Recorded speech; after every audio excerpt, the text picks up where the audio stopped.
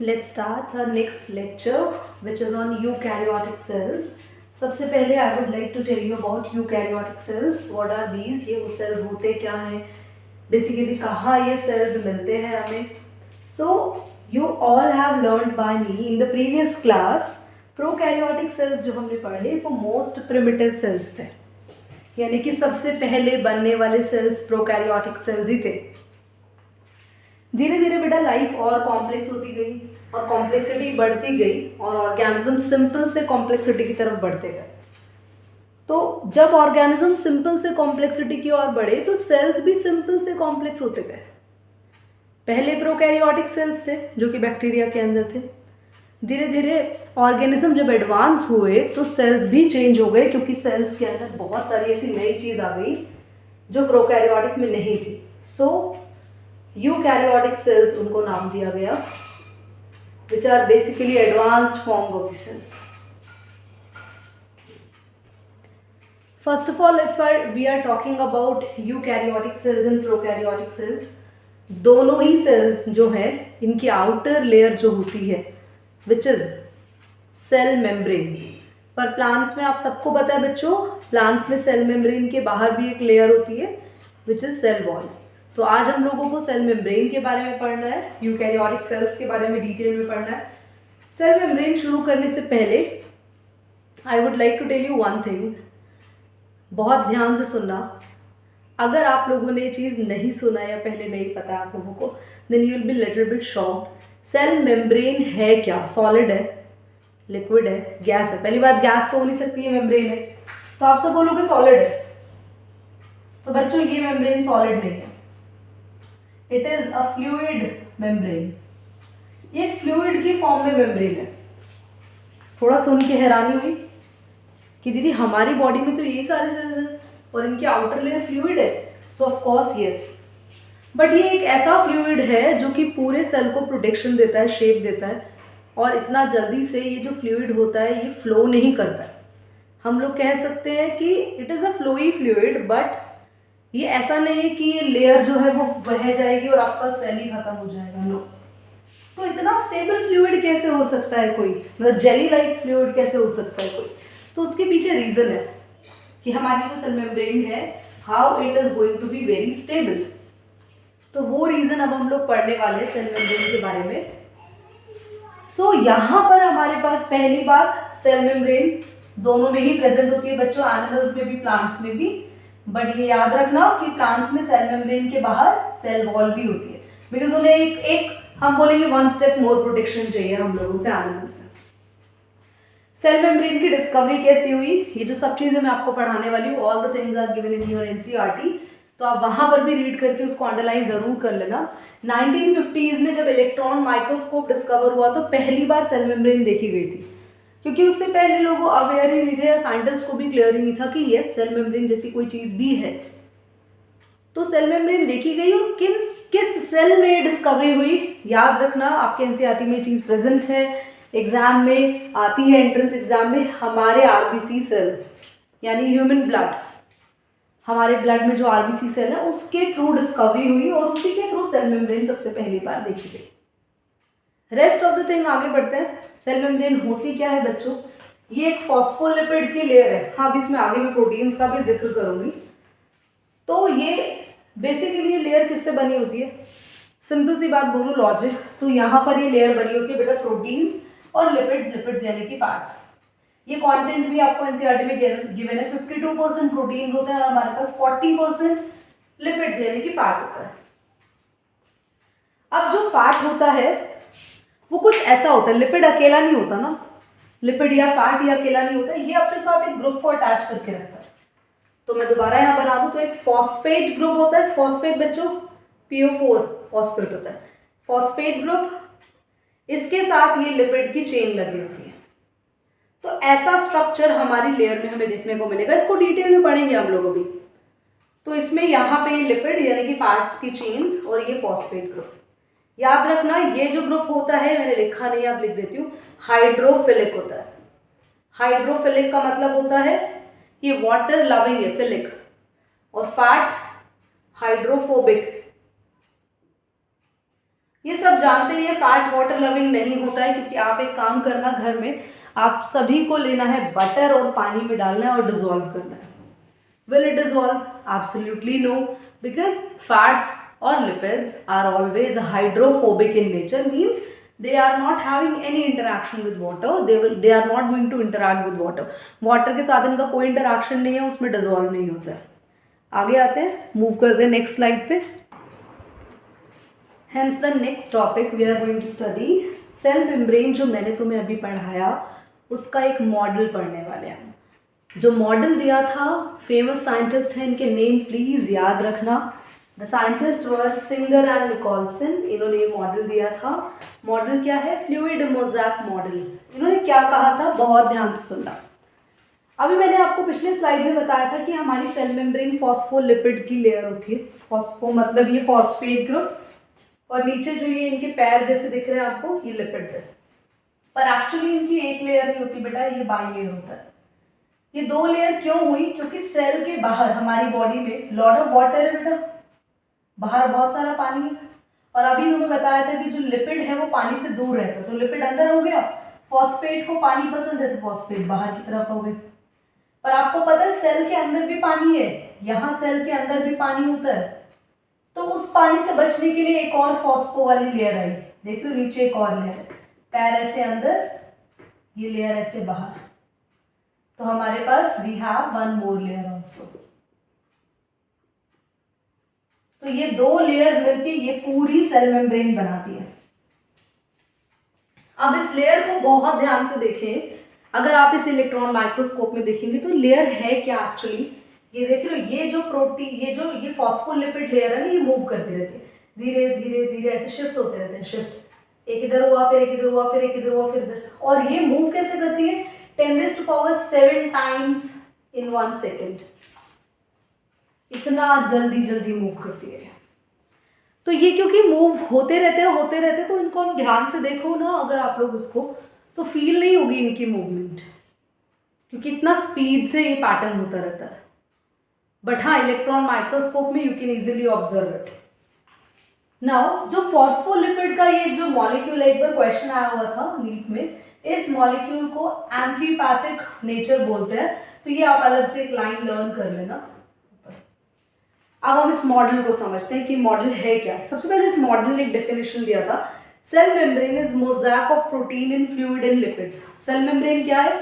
Mosaic of protein, proteins का एक pattern तैयार होगा जो कि लिपिड लेयर में है। ये लिपिड लेयर दिख रही है, इस लिपिड लेयर में हमें डिफरेंट डिफरेंट प्रोटीन्स लगे हुए नजर आएंगे, उसे बोलेंगे मोज़ैक ऑफ प्रोटीन। तो मैंने यहाँ बनाए भी हुए हैं, देखो इसी मेम्ब्रेन को यहाँ डीपली डिटेल में बनाया हुआ है।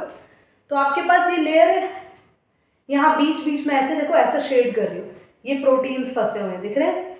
ये भी प्रोटीन है, क्योंकि ये प्रोटीन पूरी लेयर के बीच में फंसा हुआ है, इसे कहते हैं इंटीग्रल प्रोटीन। ठीक है बच्चों, कुछ प्रोटीन्स यहाँ ऐसे कॉर्नर पे लग जाएंगे, ऐसे बाहर आके लग गए, कॉर्नर्स पे लग गए, उसे बोलते हैं पेरिफेरल प्रोटीन। देखा आपको, ये प्रोटीन कॉर्नर पे लग गया। अभी खाली इस लेयर के अंदर प्रोटीन और फैट्स नहीं होते, कहीं कहीं पर ग्लूकोज या कार्बोहाइड्रेट बोल सकते हैं, इसकी चेन भी होती है।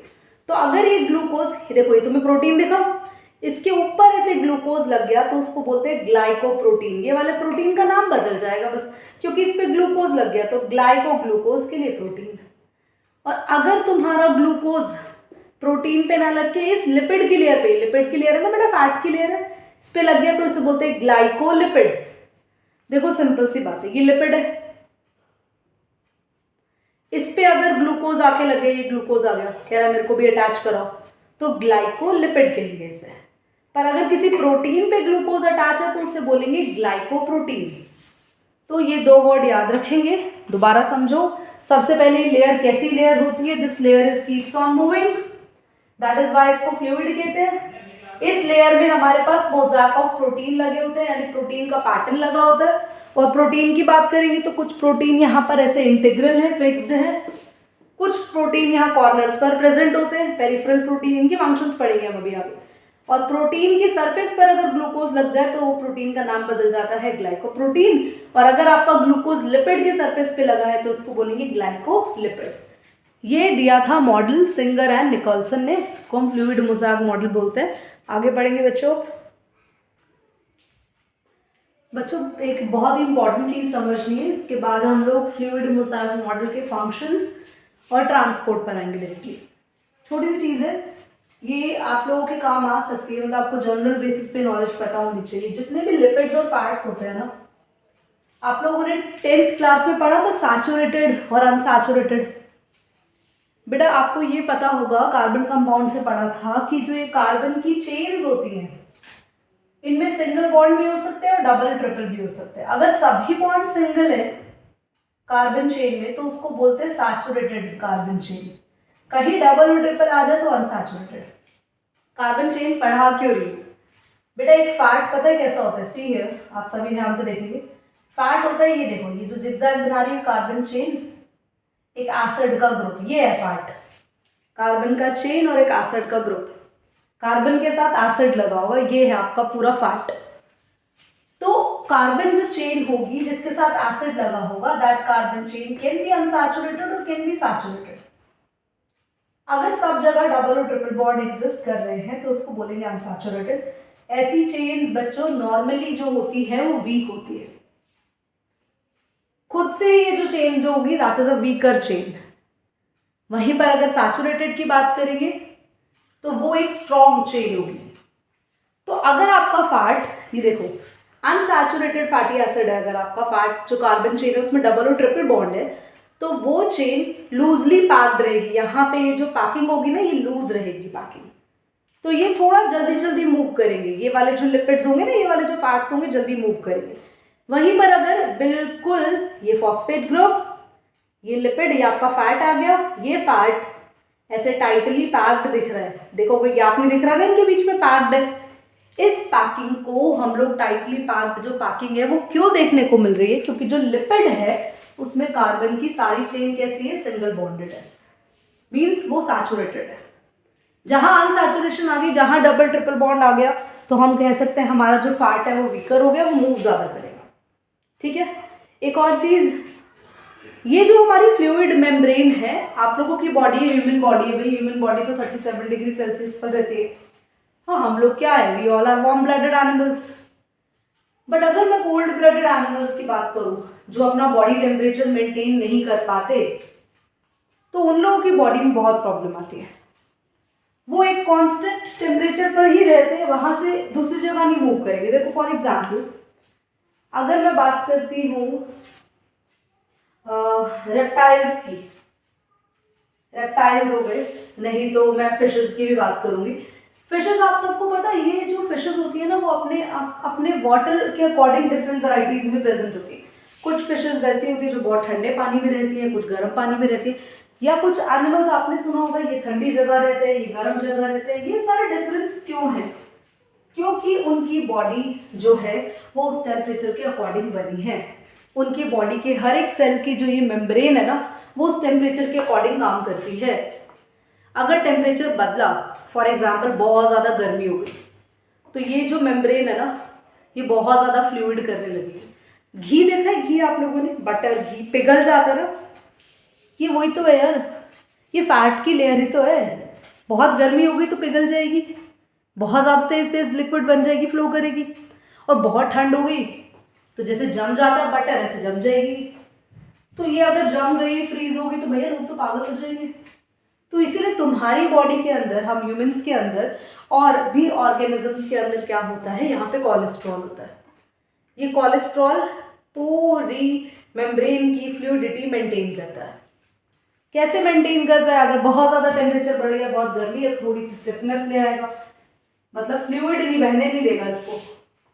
बहुत ठंड हो गई तो ये क्या करेगा, हल्का सा फ्लूइड नेचर डेवलप कर देगा कि भाई फ्लो करो। तो ये आपको थोड़ा सा ध्यान रखना है, otherwise this is not so much important, कोई क्वेश्चन इसमें से खास नहीं आना। नाउ अब हम फंक्शन पढ़ेंगे, देन आगे आते हैं। फंक्शन वैसे भी आप सबको पता है, जो हमारी मेम्ब्रेन है, सेल मेम्ब्रेन, वो सिलेक्टिवली परमेबल मेम्ब्रेन है। उसके फंक्शंस क्या होते हैं? इट विल जज और select anything which is going to enter in the cell first, then it allows. ठीक है, सेल के अंदर कुछ भी आने से पहले ये चेक करती है कि हाँ something is good for the cell और नॉट, तब वो उसको परमिट करती है। ठीक है, तो एक तरीके से प्रोटेक्शन देती है। तो तेरी बैक्टीरिया वायरसेस कैसे घुस जाते हैं, वो ट्रांसपोर्ट अभी मैं तुम्हें पढ़ाऊंगी कि कैसे इस मेम्ब्रेन के अंदर चीजें अंदर एंटर करती है, किस तरीके से अंदर एंटर होती हैं, कौन सी चीज़ों को अलाउ करती है, किस चीज़ को अलाउ या नहीं करती। All things we are going to do. चलिए स्टार्ट करते हैं। Next slide. Functions of plasma membrane पढ़ेंगे, यानी कि सेल मेम्ब्रेन। तो सबसे पहला फंक्शन जो अभी मैंने थोड़ी देर पहले बोला, it is selectively permeable membrane. चीज़ों को पहले सिलेक्ट करती है, देन ये अलाउ करती है हाँ कौन सी चीज़ सेल में एंटर करेगी या फिर नहीं करेगी। प्लस आपको मैंने अभी ये लेयर बनाई थी, मैंने समझाने के लिए इसको रब कर दिया। तो ये एक लेयर अभी जो हमने बनाई थी, ये हमने पढ़े थे, ये लिपिड्स है ना, फॉस्फोलिपिड्स, फॉस्फोलिपिड ये इसकी बाइलेयर, और यहाँ पर प्रोटीन्स है ना। सरफेस पर भी प्रोटीन होते हैं ऐसे। बेटा ये जो प्रोटीन है ना, ये रिसेप्टर का काम करता है। याद है 10th क्लास में हमने बड़ा रिसेप्टर पढ़ा था, कोई स्टिमुलस है, रिसेप्टर सेल पर एक्ट करता है। तो बॉडी में कोई भी चीज आ रही है, that can be any bacteria, that can be any virus, और that can be any hormone जो बॉडी का खुद का है। वायरस से याद आया बच्चों, एक चीज मैं अभी HIV के बारे में बताऊंगी, बट उससे पहले अभी ये चीज क्लियर करते हैं। तो कोई भी चीज तुम्हारी बॉडी में प्रोड्यूस होने वाले हार्मोन्स हो गए। अब देखो तुम्हारी बॉडी के अंदर मान लो जो थायराइड हार्मोन प्रोड्यूस होता है, थायरॉक्सिन, इसको पता ही नहीं है कहाँ जाना है, तो ये ऐसे ही ब्लड में फैल गया, और ऑब्वियसली ऐसा ही करता है, इसको पता नहीं है, ब्लड में चला जाता है कहानी। पर बच्चों ब्लड के अंदर ये जो हार्मोन है, ये सभी सेल्स के थ्रू घूमता है बॉडी में पूरी बॉडी में घूमता है ये हार्मोन। पर ये हार्मोन जाके उन्हीं सेल्स पर एक्ट करेगा, उसी जगह एक्ट करेगा जहां इसके रिसेप्टर है, जिन सेल के ऊपर वो स्पेशल प्रोटीन्स लगे हुए जो थायरॉक्सिन को एक्सेप्ट करेंगे। क्या बात समझे? दूसरा एक एग्जाम्पल लो।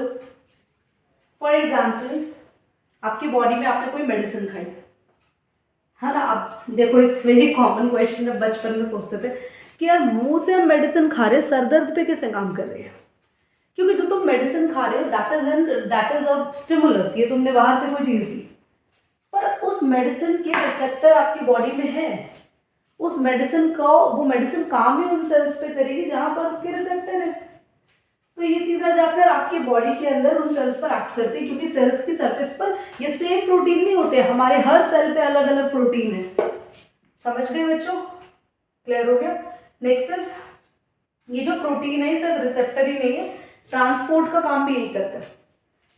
कोई भी चीज सेल के अंदर आएगी तो प्रोटीन हेल्प करेंगे। तो जो ट्रांसपोर्ट होता है वो बहुत इंपॉर्टेंट कॉन्सेप्ट है।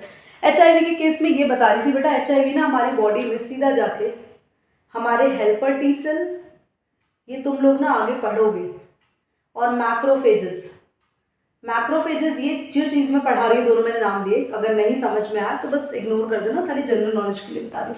ये जो दो हमारी बॉडी के सेल्स होते हैं, ये हमारी बॉडी को इम्यूनिटी देते हैं, बीमारियों से लड़ने की शक्ति देते हैं। और HIV ना इन्हीं के रिसेप्टर पर एक्ट करता है। इन्हीं के सरफेस पे एक रिसेप्टर होता है, रिसेप्टर का नाम CD4 करके है। तो ये जो रिसेप्टर होता है ना, ये HIV इसे ढूंढता है, ये बॉडी में जाता है वायरस, इसे को ढूंढता है कहाँ है रिसेप्टर। जहां पर ये रिसेप्टर मिल जाता है HIV उस सेल को डैमेज करता है। और एड्स बेटा एक ऐसी ही बीमारी है जिसमें आपकी बॉडी में और कुछ डैमेज नहीं होता, इम्यून सिस्टम डैमेज होता है, आपकी इम्यूनिटी डैमेज होती है। और जैसे ही आपकी इम्यूनिटी डैमेज होती है, you are not going to survive with the another infections also. आपको बहुत सारे इन्फेक्शंस हो जाते हैं। क्यों तुम्हारी इम्यूनिटी डैमेज होती है? बिकॉज ये बेटा बूस्टर सेल्स है इम्यूनिटी के लिए, ये आपकी बॉडी के लिए स्ट्रॉन्ग इम्यूनिटी डेवलप करने वाले सेल्स हैं, और HIV नहीं खत्म करता है। चलिए ट्रांसपोर्ट पर आते हैं, चीज़ें कैसे ट्रांसपोर्ट होती है। तो बेटा आपके सेल के अंदर जो ट्रांसपोर्ट होता है वो आपके NCERT के अकॉर्डिंग दो तरीके का ट्रांसपोर्ट आपको पढ़ना है, एक्टिव और पैसिव। तो एक ट्रांसपोर्ट ऐसा जिसमें आपकी बॉडी की एनर्जी यूज होगी, विच इज ATP। इस एनर्जी को यूज करके एक्टिव, देखो इसको याद ही ऐसे रखना, A से A याद रखना, जो ATP का यूज करे वो एक्टिव, AA, ठीक है। जिसमें ATP का कोई यूज नहीं है, जिसमें हम A को यूज नहीं कर रहे, तो वही A वाला नहीं है, दैट इज पैसिव। ओके, थोड़ा सा मैं इसके बारे में और बता देती हूँ, फिर ओवर करेंगे क्लास को। सो दिस इज लास्ट, इसके बाद हम लोग नेक्स्ट क्लास में पढ़ेंगे, बस ये थोड़ा सा और समझ लो। तो बेटा जो मूवमेंट कुछ ऐसे हो रहे हैं, जैसे मान लो इस सेल है और सेल के बाहर बहुत सारा पानी है, हाई कंसंट्रेशन है वाटर की, अंदर लो कंसंट्रेशन है वाटर या कुछ भी और हो सकता है। तो देखो जैसे कभी बाढ़ आती है, फ्लड आता है, तो पानी ज़्यादा से कम की तरफ भागता है ना। कभी ऐसा तो नहीं हो रहा फ्लड आ रहा है घर में से भी पानी निकल के बाहर चला गया, नहीं। सो हाई से लो कंसंट्रेशन में चीज़ें अपने आप चली जाती है, कोई एनर्जी की जरूरत नहीं होती। इसीलिए पैसिव जो ट्रांसपोर्ट होता है कुछ ऐसा ही ट्रांसपोर्ट है, कोई एनर्जी नहीं चाहिए, अपने आप चीज़ें हो रही है।